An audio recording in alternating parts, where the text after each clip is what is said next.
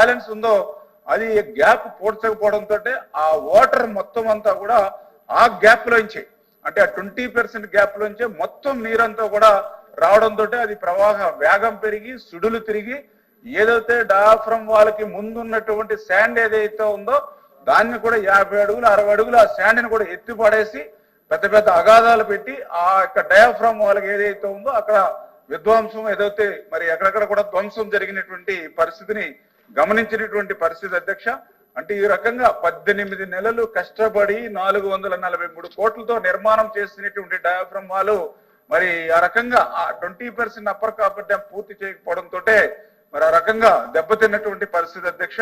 దీనికి ప్రధానంగా ఎందుకంటే ఈ రోజు 443 కోట్లతో నిర్మాణం చేసిన డయాఫ్రమ్ వాళ్ళని మళ్ళీ ఈ రోజు కొత్త డయాఫ్రమ్ వాళ్ళని మళ్ళీ మనం నిర్మాణం చేసుకుంటున్నాం అధ్యక్ష. ఎందుకంటే ఆ డయాఫ్రమ్ వాళ్ళు ఏదైతే ఉందో మరి దెబ్బతిన్నటువంటి పరిస్థితుల్లో దాన్ని రిపేర్లకి మరి ఆ రోజు ఎస్టిమేషన్ వేస్తే రిపేర్లకు కూడా దగ్గర 490 కోట్ల రూపాయలు రిపేర్స్ అవుతాయని చెప్పారు. అయితే ఎవరైతే ఇప్పుడు ఇంటర్నేషనల్ ఎక్స్పర్ట్స్ ని కూడా మనం తీసుకున్నాం ఏదైతే సిడబ్ల్యూసి మరి ఏజెన్సీ ద్వారా దాని ద్వారా ఏదైతే ఇంటర్నేషనల్ ఎక్స్పర్ట్స్ కానీ సిడబ్ల్యూసి కానీ ఏదైతే 490 కోట్లు పెట్టి రిపేర్స్ చేసుకునే కంటే కొత్త డయాఫ్రమ్ వాల్ నిర్మాణం చేసుకుంటేనే సేఫ్టీ ఉంటుంది. ఎందుకంటే ఏదైతే క్లిష్టతరమైనటువంటి ప్రాజెక్టు కింద కూడా గోదావరి జిల్లాలు ఉన్నాయి. ఈ పోలవరం ప్రాజెక్టుకి ఏ మాత్రం ప్రమాదం ఏర్పడినా మరి గోదావరి జిల్లాలకు కూడా భద్రతలో కూడా ఇబ్బంది ఉంటుందనే ఉద్దేశంతో ఏదైతే ఇంటర్నేషనల్ ఎక్స్పర్ట్స్ ప్రకారం కొత్త డయాఫ్రమ్ వాల్కే మరి ఆ రోజు శ్రీకారం చుట్టి మరి ఆ కొత్త డయాఫ్రమ్ వాల్ని నిర్మాణాన్ని మనం ప్రారంభించుకుంటున్నాం అధ్యక్ష. అంటే ఇక్కడ నేను చెప్పేది ఏంటంటే ఆ రోజు కనుక ప్రభుత్వం 2019 మే నెలలో అధికారంలోకి వచ్చినటువంటి ప్రభుత్వం అక్కడ ఉన్నటువంటి ఏజెన్సీని కంటిన్యూ చేస్తుంటాయి. ఎందుకంటే మనం చూసాం ఏదైతే ప్రభుత్వ అధికారంలోకి వచ్చినట్టునే ఆల్ వర్క్స్ స్టాప్ అని చెప్పేసి ఆ రోజున ముఖ్యమంత్రి చెప్పారు పోలవరం. అందులో భాగంగానే 29/7/2019 నవయుగ ఎవరైతే చేస్తున్నారో వాళ్ళని టెర్మినేట్ చేశారు అధ్యక్ష.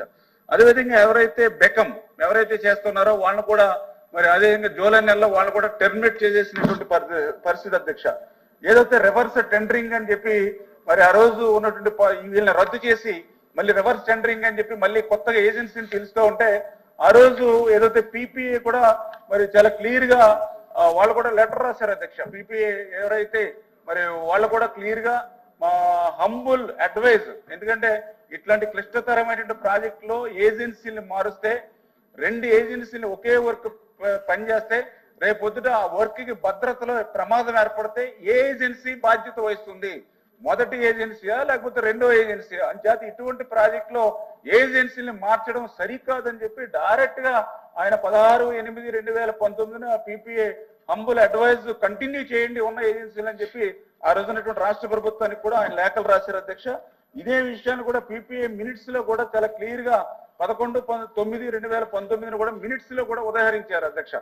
మరి ఎన్ని రకాలుగా వాళ్ళ లేఖలు రాసినా పీపీఏ హెచ్చరించినా రిక్వెస్ట్ చేసినా కూడా పెడచెవిని పెట్టి 17 నెలలు అక్కడ ఏజెన్సీ లేకుండా చేసి 17 నెలలు అక్కడ ఏ విధమైన అనుభవం ఉన్నటువంటి అధికారులు లేకుండా చేయడంతో మరి 2020లో వచ్చినటువంటి వరదలకి ఆ డయాఫ్రమ్ వాల్ దెబ్బతిందని నేను చెప్పడం కాదు అధ్యక్ష. సాక్షాత్తు ఏదైతే ఐఐటి హైదరాబాద్ నిపుణులు ఎవరైతే ఉన్నారో వాళ్లే చెప్పినటువంటి పరిస్థితి అధ్యక్ష. వాళ్ళు కూడా ఎంత క్లియర్ గా రిపోర్ట్ ఇచ్చారంటే ఐఐటి హైదరాబాద్ ఇది ఇంపార్టెంట్ అధ్యక్ష. బ్రీఫ్ అయ్యింది సబ్జెక్ట్ మీరు కూడా క్వశ్చన్ డయాఫ్రమ్ వాళ్ళ గురించి కదా మాట్లాడేదండి. ఇప్పుడు డయాఫ్రమ్ వాళ్ళు ఎందుకు నష్టపోయిందో ప్రజలకు చెప్పకపోతే అట్లాగా అన్యాయం కదండి. ఎంత అన్యాయం అదే క్వశ్చన్ లోనే అడిగింది. ఇప్పుడు అది డయాఫ్రమ్ వాళ్ళు దెబ్బతిందని ఐఐటి హైదరాబాద్ ఇచ్చిన నిపుణులు చెప్పినటువంటి నివేదిక. ఇది మానవ తప్పిదం, ఇది ప్రకృతి తప్పిదం కాదని చెప్పారు అధ్యక్ష. ఈ రోజు ప్రజల సొమ్ము అధ్యక్ష 990 కోట్లు పెట్టి మళ్ళీ నూతనంగా నిర్మాణం చేయవలసి వస్తుంది వాళ్ళు చేసినటువంటి తప్పిదానికి. గత ప్రభుత్వం చేసిన తప్పిదాలను ఎత్తి చూపితే మీరు కూడా టైం మెన్షన్ చేయడం అనేది కరెక్ట్ కాదు అధ్యక్ష. ప్రజలకు తెలియజెప్పాలి. ఈ రోజు దయ ఉంచి ఏదైతే ఐఐటి హైదరాబాద్ ఇచ్చిన రిపోర్ట్ బ్రీఫ్ చేయండి అని అడుగుతున్నా. ఓకే బ్రీఫే చేస్తున్నాను సార్. నేను సబ్జెక్ట్ ఏమి డివియేషన్ అవట్లా. నేను జ్వరం ఎలా మాట్లాడంటే జ్వరం రాకపోతే ఇంకెలా మాట్లాడు. ఆ రకంగా ఏదైతే విచిత్రం ఏంటంటే అధ్యక్ష అంటే వాస్తవాలు కూడా తెలియాలి అధ్యక్ష. ఇప్పుడు ఏదో మనకి నోరుంది కదా అని మన అవినీతి పత్రిక ఉంది కదా, రోజు కథనాలు వస్తూ ఉంటాయి సార్ అధ్యక్ష. ఇప్పుడు వాస్తవాలు తెలియాలి. ఇప్పుడు ఇందులో డాక్యుమెంట్లే నేను మాట్లాడుతున్నాను తప్ప బయటికి డివిజన్ అవట్లా. విచిత్రం ఏంటంటే 2020లో వచ్చినటువంటి ఫ్లడ్స్ కి ఈ డయాఫ్రామ్ వాళ్ళు నష్టపోతే, డయాఫ్రామ్ వాళ్ళు విధ్వంసం అవుతే మేము అసెంబ్లీలో ఉన్నాం అధ్యక్ష. అసెంబ్లీలో నేను కూడా ఆ రోజు ఎమ్మెల్యేగా ఉన్నా. ఆ రోజు ముఖ్యమంత్రి గారు కానీ, ఆ రోజు ఇరిగేషన్ శాఖ మంత్రులు మరి 2020 ఆగస్టులో దెబ్బతింటే ఫ్లడ్ ఏదైతే డయాఫ్రామ్ వాళ్ళు 2021 జూన్కి పూర్తి చేస్తామని ఒకసారి చెప్పారు అధ్యక్ష. మళ్ళీ 2022 జూన్కి పూర్తి చేస్తామని రెండోసారి చెప్పారు అధ్యక్ష. 2022 డిసెంబర్ పూర్తి చేస్తామని మూడోసారి చెప్పారు అధ్యక్ష. అంటే డయాఫ్రామ్ వాళ్ళు ఉందో లేదో కూడా తెలియనిటువంటి స్థితిలో ఆ రోజు ఉన్నటువంటి ప్రభుత్వం అధ్యక్ష. అందుకే ఈ రోజు మళ్ళీ మరి ప్రజల మద్దతుతోటి, ప్రజల ఆశీర్వాదంతో ఇచ్చినటువంటి ఎన్డీఏ ప్రభుత్వం నరేంద్ర మోడీ గారి యొక్క సహకారంతో మళ్ళీ ఏదైతే కొత్త డయాఫ్రామ్ వాళ్ళు 990 కోట్లతోటి మరి ఏదైతే మన 2024 డిసెంబర్లో డీవాటరింగ్ పనులన్నీ చేపట్టి మన 2025 జనవరి 18 నుంచి ఈ డీవాల్ నిర్మాణం ప్రారంభమైంది అధ్యక్ష. ఇది కూడా ఎవరైతే బావర్ కంపెనీ ఏదైతే మనకి జర్మనీ కంపెనీ ఏదైతే ఉందో వాళ్ళు ఇందులో ఎక్స్పీరియన్స్ కాబట్టి ఆ కంపెనీకి ఇవ్వడం జరిగింది. అంచేత ఏదైతే 2026 మార్చికి పూర్తవుతుందని వాళ్ళు నివేదిక ఇవ్వడం జరిగింది అధ్యక్ష. కానీ చంద్రబాబు నాయుడు గారు రివ్యూ చేసి 2025 డిసెంబర్కే ఆ డీవాల్ పూర్తి చేసేటువంటి విధంగా షెడ్యూల్ కూడా స్వయంగా పోలవరం వెళ్ళి చెప్పడం జరిగింది అధ్యక్ష. అంచేత 2025 డిసెంబర్ కల్లా ఈ యొక్క డయాఫ్రామ్ వాళ్ళు పూర్తి చేసేటువంటి విధంగా ఆ షెడ్యూల్ పనులు సక్రమంగా జరిగేటువంటి విధంగా బాధ్యత తీసుకుంటాం అధ్యక్ష. కూర్చోండి రామరాజు, కూర్చోండి. మీకు కూర్చోండి, చెప్పాను అంత వివరంగా చెప్తే ఇంకా మీరు సాటిస్ఫై అయిపోతే ఎలాగా? అల్వాబి గారు కూర్చోండి రామరాజు, 1 minute. లేకపోతే ఎత్తకం రాక్ఫిల్ డ్యామ్ నష్టపోవడం వల్ల కానీ, ఇప్పుడు డయాఫ్రామ్ వల్ల నష్టపోవడం కానీ, టోటల్ ప్రాజెక్ట్ మీద కలిగిన నష్టం ఎంత అని నేను అడిగాను గౌరవ మంత్రి గారిని. అది నాకు సమాధానం చెప్పాలి మంత్రి గారు. చెప్తారు, కూర్చోండి. అల్వాబి గారు అభ్యంతరం లేకపోతే ఒక విషయాన్ని ఒక సెకండ్ సార్, ఏమి అపార్థం చేసుకోవద్దు. నేను క్వశ్చనీర్లో నేను సెక్రటరీ కూడా కాదు. అంటే 2 సంవత్సరాలు సమయం వేస్ట్ అయింది అన్నారు కదా. 2004లో 2007లో దీని ఫౌండేషన్ వేసిన తర్వాత 2014 వరకు కార్యక్రమం జరిగిన తర్వాత రాష్ట్ర విభజన జరిగింది. విభజనలో వచ్చి ఇది కేంద్ర బాధ్యత కింద దీన్ని తీసుకున్న విషయాన్ని కూడా ప్రధానమంత్రికి తెలుసు, మంత్రి గారికి కూడా తెలుసు, సభకు కూడా తెలుసు. మరి 14 నుంచి 16 వరకు ఆ 2 సంవత్సరాలు అసలు ఒక ఇటుకు కూడా ఇక్కడ 2 సంవత్సరాలు ఎందుకు ఖాళీ పెట్టారో మరి భగవంతుడికి తెలియదు అధ్యక్ష. ఆ విషయాన్ని కూడా మంత్రి గారు ఇందాక అన్నారు కదా, 2 సంవత్సరాలు ఖాళీ పెట్టారు చూడలేదు. అందుకే 2 సంవత్సరాలు ఎందుకు ఖాళీ పెట్టారో మరి అది వారు దానికి కూడా సమాధానం చెప్తే బాగుంటుందని నా ఉద్దేశం. ధన్యవాదాలు అధ్యక్ష. ఎందుకంటే కొద్దిగా మనము రాజకీయాల కారణాలతో కాకుండా కొద్దిగా దాని మీద స్టడీ చేసి మనం అడిగితే కొంచెం మంచిదని నా అభిప్రాయం అధ్యక్ష. ఏదైతే 2014లో మన ప్రభుత్వం వచ్చినప్పుడు ఆ రోజు ట్రాన్స్ట్రాయ్ అని అక్కడ ఏదైతే ఏజెన్సీ ఉందో అధ్యక్ష, అయితే ఆ ట్రాన్స్ట్రాయ్ ఆ యొక్క పనులు పూర్తి చేసేటువంటి పరిస్థితిలో లేనిటువంటి స్థితిలో మళ్ళీ ఆ వర్క్స్ ను క్యాన్సిల్ చేసి మళ్ళీ టెండర్స్ పిలిస్తే మళ్ళీ ఇంకా ఎక్కువ సమయం అవుతుందనే ఉద్దేశంతో 1కి 10 సార్లు మళ్ళీ సిడబ్ల్యూసి అంటే ఇదేమి రాష్ట్ర ప్రభుత్వం ఇండివిజువల్ గా నిర్ణయాలు తీసుకోవడానికి, ఇండివిజువల్ గా డిజైన్ చేయడానికి మనకు లేదు అధ్యక్ష. ఏదైతే పోలవరం ప్రాజెక్ట్ అథారిటీ అదేవిధంగా సిడబ్ల్యూసి వాళ్ళు ఇచ్చినటువంటి గైడెన్స్ ప్రకారం, వాళ్ళు ఇచ్చినటువంటి డిజైన్స్ ప్రకారం, వాళ్ళు ఇచ్చినటువంటి డైరెక్షన్ ప్రకారం మనం చేయాలి. ఆ రకంగా ట్రాన్స్ట్రాయ్ చేయలేనటువంటి స్థితిలో కూడా పనులు మళ్ళీ ఆలస్యం అవ్వకూడదు. ఎందుకంటే గతంలో ఏదైతే కిరణ్ కుమార్ రెడ్డి గారి సమయంలో కూడా 5 సంవత్సరాలు ఆ ట్రాన్స్ట్రాయ్ కనీసం పనులు చేయకుండా వృధాగా గడిపేసినటువంటి పరిస్థితి అధ్యక్ష. అందుకే మళ్ళీ చంద్రబాబు నాయుడు గారు ఏదైతే మరి ఆల్టర్నేటివ్ కూడా అరేంజ్మెంట్ చేసి కొన్ని ఏదైతే బెకమ్ ఇప్పుడు ఏదైతే అంతర్జాతీయంగా కూడా గేట్స్ లో కానీ ఇట్లో కానీ వాళ్ళకి మంచి పేరున్నటువంటిది, అదేవిధంగా బావర్ ఏదైతే డయాఫ్రామ్ వాల్లో వరల్డ్ లో వాళ్ళకి బాగా పేరునిక్కనటువంటి వ్యవస్థ.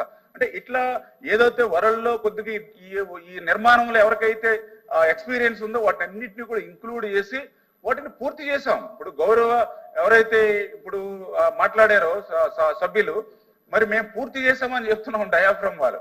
అంటే ఆ రోజు పూర్తి చేసినటువంటి డయాఫ్రామ్ వాళ్ళని మీరు ఆ 2 నెలలు 3 నెలలు కనీసం ఏజెన్సీలు కంటిన్యూ అయ్యి ఉంటే అప్పర్ కాపర్ డ్యాము పూర్తి అయిపోయింది. అప్పర్ కాపర్ పూర్తి అయిపోయి ఉంటే అసలు మీకు డయాఫ్రామ్ వాళ్ళకి మీద వాటర్ లేటువంటి అవకాశమే లేదు. అంచేత నేను ఆ ఉద్దేశంతో చెప్పడం జరిగింది. ఏదైతే ఆ 20% గ్యాప్ కనుక మీరు ఫిల్ చేసేసి ఉంటే ఇప్పుడు ఆల్రెడీ ఇప్పుడు పూర్తయి ఉంది, అప్పర్ కాపర్ డ్యామ్ పూర్తయి ఉంది. అందుకే ఇప్పుడు ఏదైనా ఫ్లడ్ కానీ ఇవి కానీ మనకు వచ్చేటువంటి పరిస్థితి లేదు. ఇప్పుడు వర్క్స్ జరుగుతూ ఉన్నాయి. అదే పరిస్థితి ఆ రోజు ఏజెన్సీలు కంటిన్యూ చేసి అధికారులు కంటిన్యూ చేసి ఉంటుంటే అప్పర్ కాపర్ డ్యామ్ పూర్తి అయిపోయింది, డయాఫ్రమాల్ ధ్వంసం అవ్వకుండా ఉండేది. ఇది నేను చెప్పడం కాదు, ఐఐటి హైదరాబాద్ అని చెప్పారు. మీరు కూడా అందుకనే బ్రీఫ్ గా చెప్పండి అని చెప్పలేదు, కానీ కావాలంటే చదివితే అలా చెప్పారు. ఇది మానవ తప్పిదం, ప్రకృతి తప్పిదం కాదు, ఇటువంటివి భవిష్యత్తులో పునరావృతం చేయకుండా హెచ్చరించారు అధ్యక్ష. ఈ ఐఐటి హైదరాబాద్ అంటే ఇదేమి తెలుగుదేశం పార్టీ లేదా జనసేన బీజేపీ కాదు, ఐఐటి నిపుణులు చెప్పారు. ఏమని ఇటువంటివి భవిష్యత్తులో పునరావృతం చేయొద్దు, ఇటువంటి క్లిష్టతరమైన ప్రాజెక్టులు ఇటువంటి తప్పుడు ఏదైతే ప్రణాళిక చేయొద్దని వాళ్ళే హెచ్చరించారు అధ్యక్ష. చేత ఏంటంటే గత ప్రభుత్వం నిర్వాహకం వల్ల ఇది దెబ్బతింది. దాన్ని ఏదైతే మళ్ళీ ఈ రోజు అదృష్టం కొద్ది ఇవాళ డబుల్ ఇంజిన్ సర్కార్ ఈ రోజు అటు కేంద్రంలో కానీ ట్రయల్స్ ఏదైతే మన ఆంధ్రాలో ఉంది. అందుకే నరేంద్ర మోడీ గారి సహకారంతో కూడా ఈ రోజు ఏదైతే దానికి సంబంధించినటువంటి 12,157 కోట్లు కూడా మళ్ళీ చంద్రబాబు నాయుడు గారు కూడా ఈ రోజు కూడా ఆయన ఢిల్లీలో ఉన్నటువంటి పరిస్థితి అధ్యక్ష. గతంలో ఉన్నటువంటి ముఖ్యమంత్రులు ఢిల్లీ పోతే ఏం తెచ్చారో ఏం మాట్లాడారో అసలు కనీసం ప్రెస్ కూడా మాట్లాడేటువంటి పరిస్థితి ఉండేది కాదు అధ్యక్ష. కానీ ఈ రోజు చంద్రబాబు నాయుడు గారు పోతే ఈవేళ ఒక స్టీల్ ప్లాంట్ నిధులు తెస్తా ఉన్నారు, ఒక అమరావతికి నిధులు తెస్తా ఉన్నారు, ఒక రైల్వే జోన్ తెస్తా ఉన్నారు, ఒక పోలవరం తెస్తా ఉన్నారు, ఒక పరిశ్రమలకు మొన్న నరేంద్ర మోడీ గారు వస్తే విశాఖపట్నంలో 6 లక్షల కోట్లకి పెట్టుబడులకి ఆ రోజు శ్రీకారం చుట్టినటువంటి పరిస్థితి అధ్యక్ష. అంచేత ఈ రకంగా చంద్రబాబు నాయుడు గారు చేసే ప్రతి పని కూడా ఆంధ్రప్రదేశ్ రాష్ట్రం అభివృద్ధికి కట్టుబడి ఉంటుంది. ఆ రకంగానే ఈ డయాఫ్రమ్ వాల్ కానీ లేదా ఈ పోలవరం ఏదైతే ఇప్పుడే చెప్పారు, ఈ డయాఫ్రమ్ వాల్ ని 2025 డిసెంబర్ పూర్తి చేయడంతో పాటుగా at the same time parallel గా ఏదైతే ఈసీఆర్ఎఫ్ డ్యామ్ కూడా నిర్మాణం చేస్తే టైం కలిసి వస్తుందని ప్యారలల్ గా కూడా మెయిన్ డ్యామ్ కూడా నిర్మాణం చేసేటువంటి పరిస్థితి ఉంది అధ్యక్ష. అదేవిధంగా రామారావు గారు ఇంకో చిన్నది డౌట్ ఒకటి ఆయనకు మళ్ళీ అడగడం జరిగింది. ఏదైతే ఈ యొక్క డయాఫ్రమ్ వల్ల ఎంత నష్టం జరుగుతుందంటే నేను చెప్పాను, మళ్ళీ 990 కోట్ల రూపాయలు కొత్తగా మనం పెట్టవలసి వస్తుంది, అదొకటి నష్టం జరుగుతుంది. అదేవిధంగా రివర్స్ టెండరింగ్ అని చెప్పి ఆ రోజు 600 కోట్లు నాకు తెలుసుండి 5 సంవత్సరాలు ఆలస్యం అవడం అంటే అక్కడ ఏదైతే మనం ఇప్పుడు ఈ ఎలక్ట్రికల్ సంబంధించినటువంటి ప్రాజెక్ట్ ని మనం దాన్ని మెగావాట్స్ మనం ఉపయోగించుకోలేకపోతూ ఉన్నాం. మరి ఏదైతే ఆ సాగునీరు త్రాగునీరు రాయలసీమకు కానీ ఇటు ఉత్తరాంధ్రకు కానీ 5 సంవత్సరాలు ఆలస్యం అవడంతో దగ్గర 50,000 కోట్ల రూపాయలు మినిమం అంటే మినిమము ఈ ప్రాజెక్టు ఆలస్యం అవడం వల్ల ఈ రోజు నష్టపోయిందని చెప్పేసి గౌరవ మరి రామారావు గారు కూడా తెలియజేస్తున్నాను అధ్యక్ష. Question number 13845